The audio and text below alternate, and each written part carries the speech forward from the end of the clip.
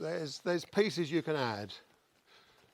If you offer him it here, you're doing the wrong technique, because it's natural. If he's coming like that, it's downwards, isn't it? It's downwards.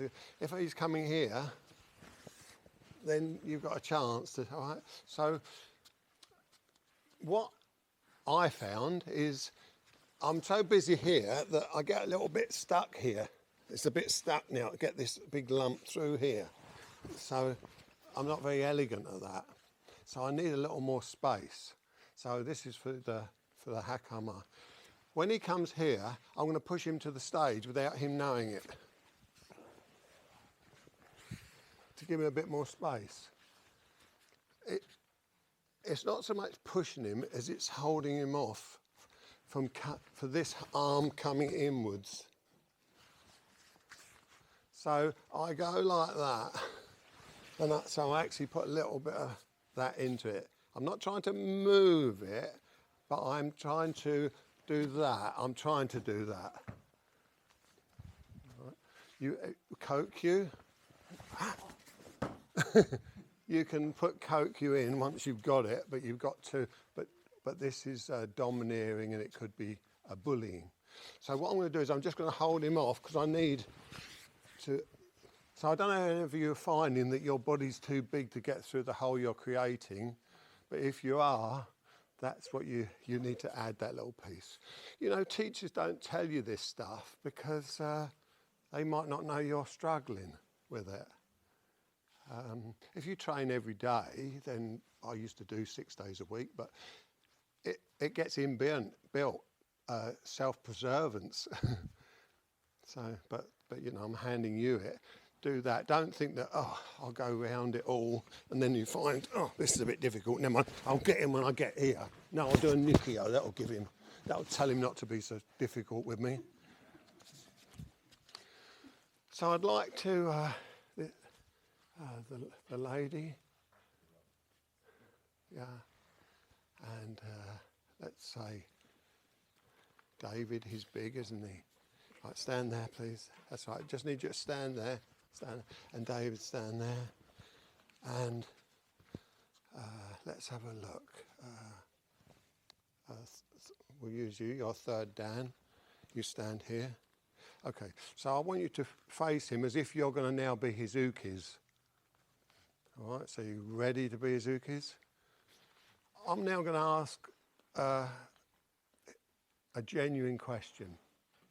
And I'm asking you all the same question. Who are you going to be more bothered about?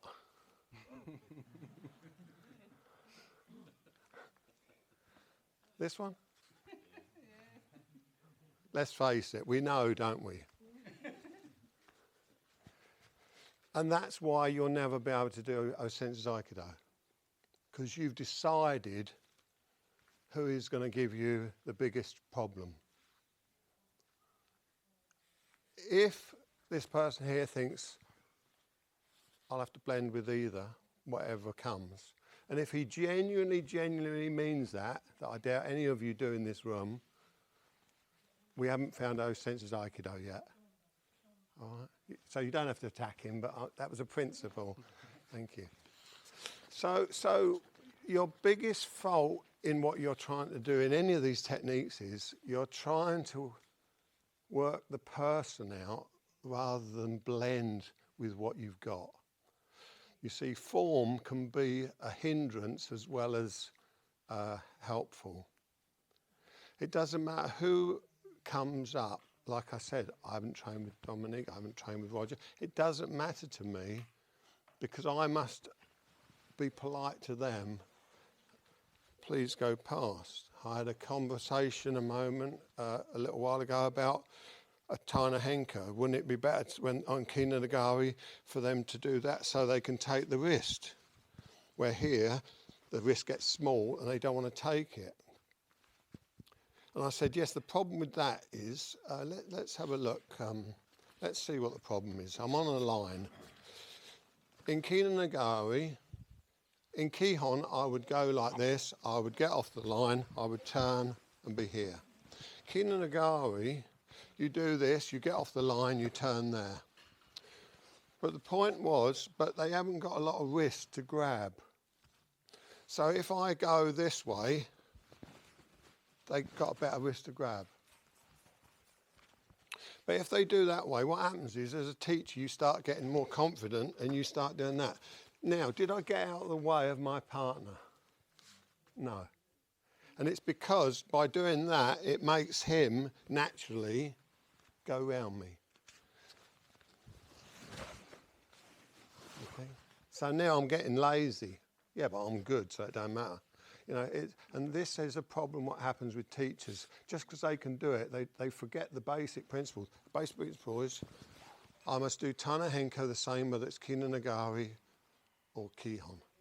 I must get out of the way and say, please go past, I don't want to fight you. So that's why if you work on linking them together,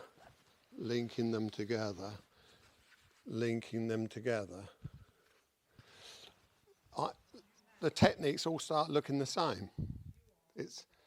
The philosophy starts all becoming the same.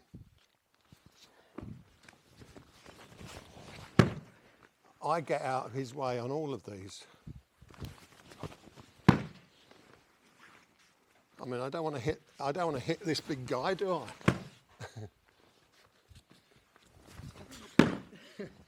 You know, I had to get out of the way even to do it.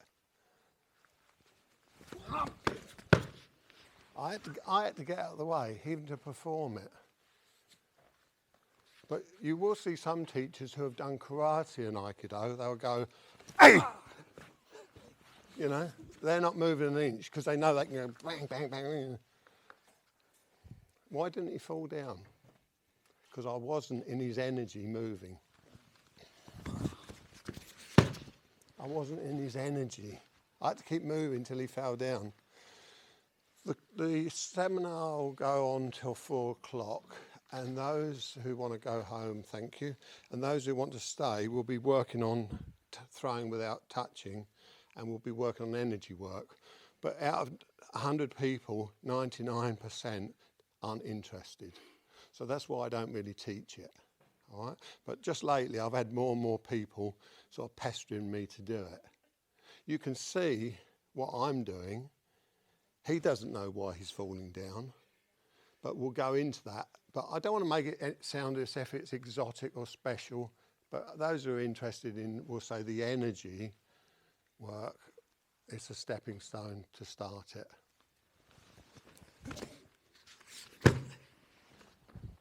How am I doing it? I am Nick. I become Nick. Please go past. I'm 100% given to him. What I'm not doing, you can use the yin and yang, you can use the dark side of this energy and go down, down. Oh. I will get it. I pulled him down because I wanted it to work.